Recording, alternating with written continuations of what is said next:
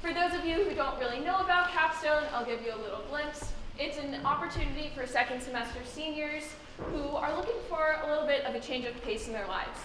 I know I had no idea that I wanted to do CAPS. I was coincidentally in the library, sitting with a couple of my friends, and Mr. Finnegan walked up to us and he said, "Oh, have you considered doing CAPS?" And I said, "No, I haven't even thought about it."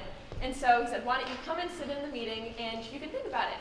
So I came into the meeting and absolutely fell in love with the program. I initially thought I was going to do research, eventually switched over to the internship, and here I am. So I'll show you this image here. A lot of you will see a white barn, but what I'm really focusing on is the mountain behind it.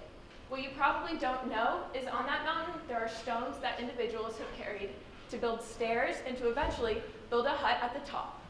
This was the beginning of Spartan Race. It was founded 7 years ago in 2010, and all of these individuals are now Spartan alums, as you could say, and they have all really built this company. Spartan Race is an obstacle course racing company, and here people have adapted this lifestyle. They do these races together, they eat the same things, they work out together, and they've really developed this network and this family. Spartan Race was founded by Joe DeSena. He's a little crazy. I mean, you have to be if you're going to develop something as insane as these races. He was working on Wall Street and was really bored with his life, and he wanted to change. He thought, I'm going to get off my butt, and I'm going to go do something, and I'm going to change my life in order to become the best version of myself. So you can see here his work ethic is incredible. He's sitting in China doing a conference, and he's carrying around this kettlebell. He carries around this kettlebell with him everywhere that he goes, just to show that he's always working and striving to be his best. So I know a lot of you probably don't know a lot about Spartan Race, but here's a little video to get you acclimated with the camaraderie that comes with it.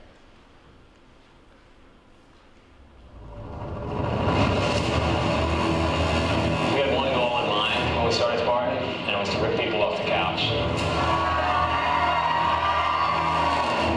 People are looking for something new, and you're out there's great camaraderie with other people, and it's a great community, and so they like the challenge, and they come back because they get in this Spartan family. Are you ready?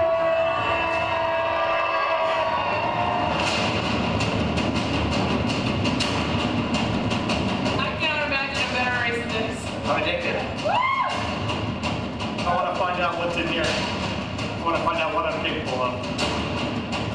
You have to get out there, and although you've never done it, and it's outside of your comfort zone, you got to tell yourself, I can do this.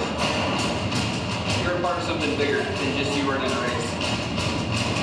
And across the finish line, I feel alive. Best time of my life right here. It's fun, right?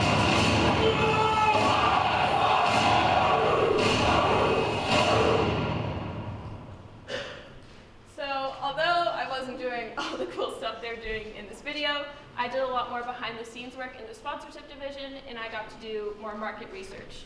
So the lifestyle that all these Spartans embody is really similar. They all are really coordinated and they do things together, and even everyone in the office space that we share really has this passion for what they're doing. They're constantly bouncing ideas off of each other, they are coordinating and collaborating on phone calls, and it's really just an incredible environment. A lot of the people in there, we have all these people trying to sponsor us, and so drinks like buy drinks, or if you've got Chipotle will come in and sponsor a meal for us, or Protein Pancakes will come and sponsor a meal, and it's all people just really trying to join the family.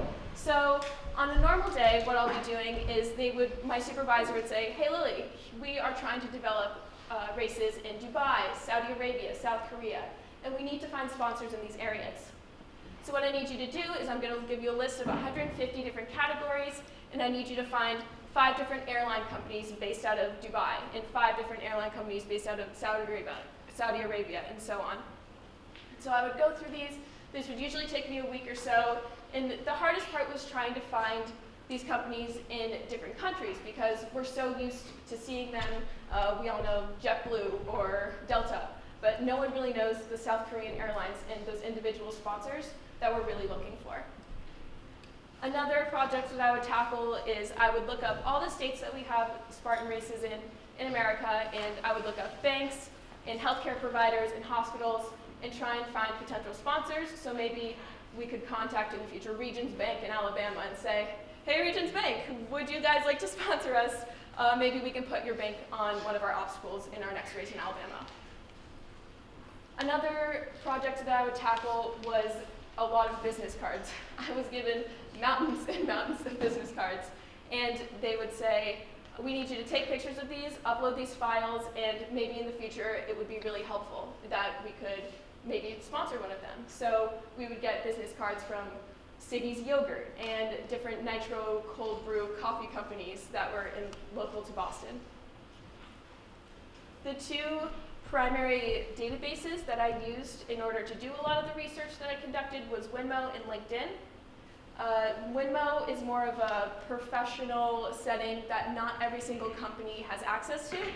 So it was a lot harder to find specific people on Winmo, but it was really helpful because all of their information was there. So I would have their name, their title, their company, phone number, email, all in one space, which was so helpful as an intern who was just digging through the internet, trying to find something helpful for people that were above me. LinkedIn was more of a professional Facebook. A lot of you have probably heard of it. It's really easy to connect with people and just write them a little message saying, hi, my name is Lily Marcus. I'm an intern at Spartan Race. We would love to develop a sponsorship with you. Please get back to me.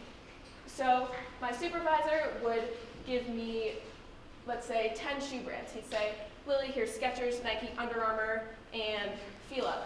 I need you to find their CMO, their CEO, their brand of marketing, their VP of marketing, and I need you to comprise a list. So I would do that. I'd use my two databases, Winmo and LinkedIn, as my sources, and I would eventually upload them to Salesforce. Salesforce is where I really combined all of the information, and it was a really great way to organize everything that I had gathered.